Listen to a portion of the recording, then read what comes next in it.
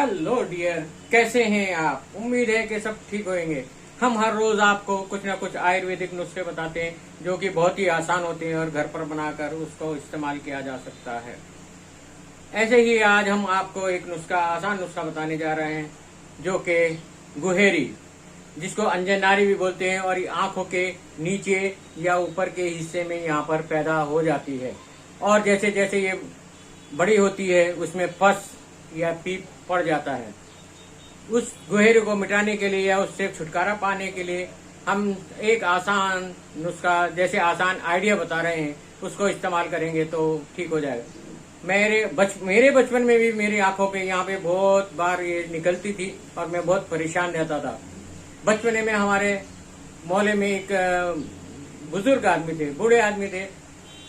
वो उनके पास में जाता था तो वो अपना इस तरह से मेरे हाथ को बोलते थे करने के लिए, इस तरह से आप अब छोटी उंगली यानी हाथ की छोटी उंगली को आप इस तरह से घसें, हाथ हथेली के ऊपर घसें और हथेली के ऊपर कुछ देर घसने के बाद जब हथेली हल्की गर्म हो जाए तो उसको आंख पे इस तरह से लगा लें, जहां भी हो, नीचे या ऊपर, जिस तरफ हो वहां पे, और आप उसको लगाएं।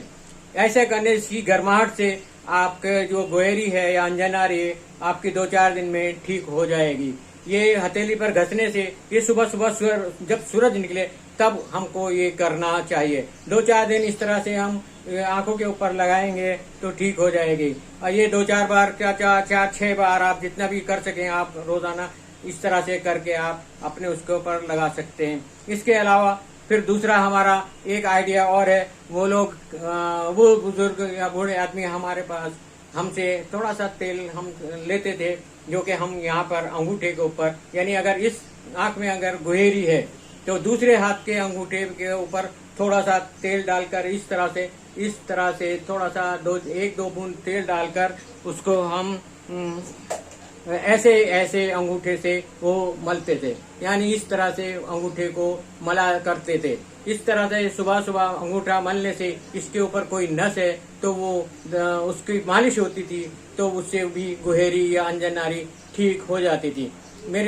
बहुत बार मेरे निकलती थी अंजनारी या गुहेरी तो मैं उसी के पास जाता था। उसके बाद वो मेरे निकलना बंद हो गई और मैं ठीक हो गया। उसके बाद से आज तक कभी वो नहीं निकली। इस तरह से अंगूठे के ऊपर भी जब यहाँ पे उसको घस के उंगली को सिकाई करेंगे उसके बाद में फिर मालिश ये अपने हाथ से कर सकते हैं, अपने हाथ से करें। बाद में मैं खुद अपने हाथ से करने लगा तो मेरे को ये तकलीफ से छुटकारा मिल गया। इसके अलावा एक और आसान नुस्खा ये है कि ये इमली का पेड़ बहुत बड़ा होता है, बहुत बड़ा पेड़ होता है। उस पर लंबी लंबी उंगली उसका फल होता है, जिस इमली का फल इमली बोलते हैं, जिसको उंगली बोलते हैं। ये हमारे पास उसमें बड़ा इमली नहीं है, ये छोटा छोटा इमली, ये छिलका निकला हुआ है।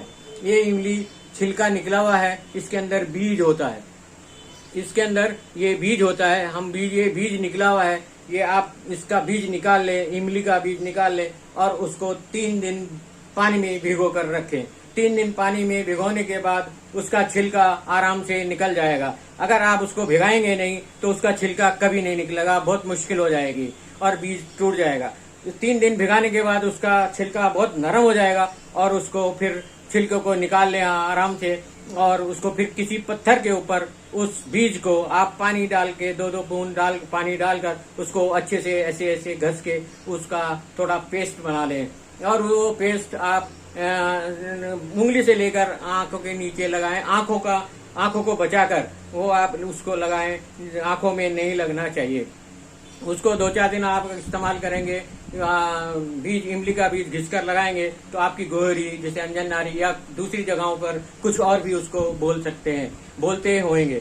आप इस नुस्खे को, आसान नुस्खा है। इमली के पेड़ हमेशा हर जगह पाए जाते हैं और उसके ऊपर फल भी उसका आसानी से मिल जाता। कच्चा फल उसका खट्टा मीठा होता है और पका हुआ फल जो है ये ब्राउन कलर का हो जाता है और कच्चा फल हरे कलर का होता है। आप उसको पके हुए फल को आप लें और उसका बीज निकालकर उसको किसी पत्थर के ऊपर घिसकर उसको पानी डाल के थोड़ा थोड़ा उसको पत्थर के ऊपर घिसकर आप उसको इस्तेमाल कर सकते हैं। और ये आसान नुस्खा आप जिस किसी को भी ये तकलीफ हो वो आप इस्तेमाल कर सकते हैं और फायदा उठा सकते हैं। इसके हम ओके, थैंक यू। आप हमारे चैनल को लाइक करें, शेयर करें और सब्सक्राइब करना ना भूलें। Okay, thank you.